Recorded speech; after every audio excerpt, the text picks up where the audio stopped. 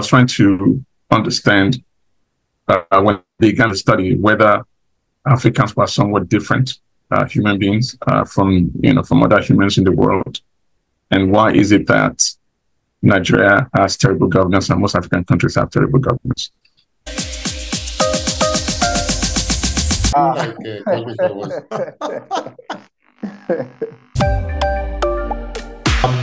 Viewpoint with AFO is a monthly interactive session that is starting today as the maiden edition, and it's going to be like this on a monthly basis going forward. The idea is to bring thought leaders to have an engaging conversation on a monthly basis on how to move Nigeria forward. I strongly believe that Nigeria can be a very good and wonderful country. I am very committed to that. So for today's session, our team is going to be around breaking the colonial chains, or is it the me economy? I'm for the me economy. I strongly believe that to move Nigeria forward, we need to have more patriotic Nigerians. Nigerians that are more of what they are ready to do for Nigeria and not what Nigeria should do for them, right? And the choice of the team is asking ourselves, is it just about breaking the colonial chains or more focused on the me economy mindset? And interestingly, on the panel today, I have someone like Mr. Taiwo Ayedun that has done research around what it even means to be African. He's going to share his thoughts about that. My thought, again, like I said, is how can we harness the power of the me economy mindset, right? Can we really get people to that point that emphasizing on their strength amid the adversity and use, our nation's diversity for building a better future? That's where I stand, but I really want to hear everybody's thoughts on this. So our distinguished guests, let me just briefly introduce them. Dr. Omopeju Afano, my friend from the Pan-Atlantic Business Network, EDC. She's the founder of Cooper House Hospitality. She's a serial entrepreneur. She's been in business for more than 20 years.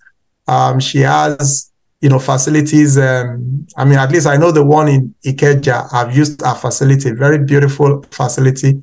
When we had to do a retreat in the office, we were with her for a very long weekend, and we really enjoyed our time.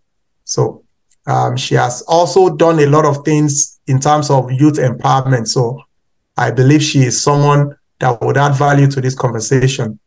My sister, Mrs. Adewon Funlola Adewon, she's the CEO of Dual Way Limited.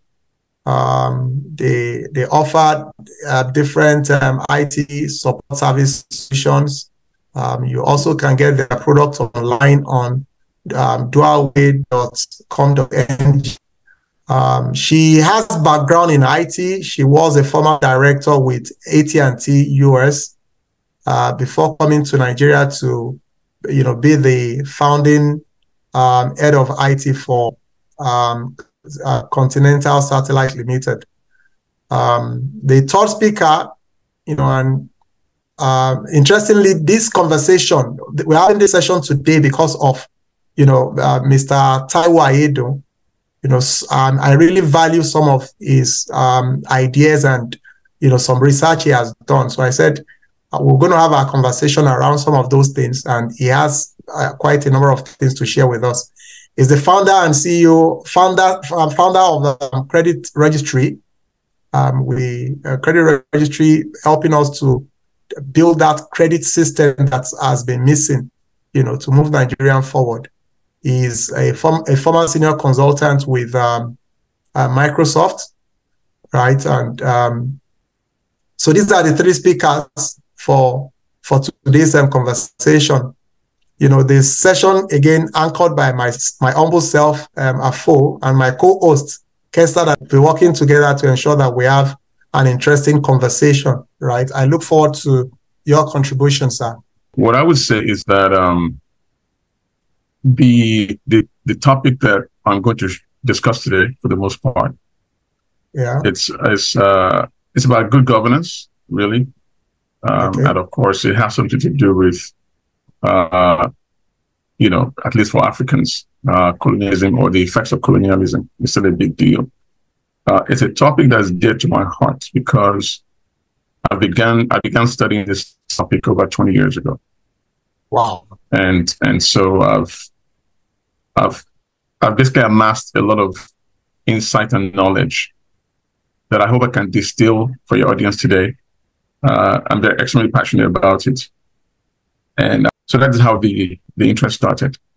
I'm going to have a difficult time because there's a lot of very nuanced knowledge that I'm going to share, and then sometimes people might misconstrue or misunderstand what I'm trying to say, but I'm going to try my best to explain it, and I hope that I'll get the information across so that people can come away with a renewed sense of what the negative impact of colonialism is on us Africans, and to see a road forward for how we can achieve better governance and feel confident moving forward. So that's what I hope to share. Thank you. That's very interesting, and I look forward to it. Dr. Kweju? Okay, so for me, topic is actually quite interesting. I haven't done a lot of research, but I've actually been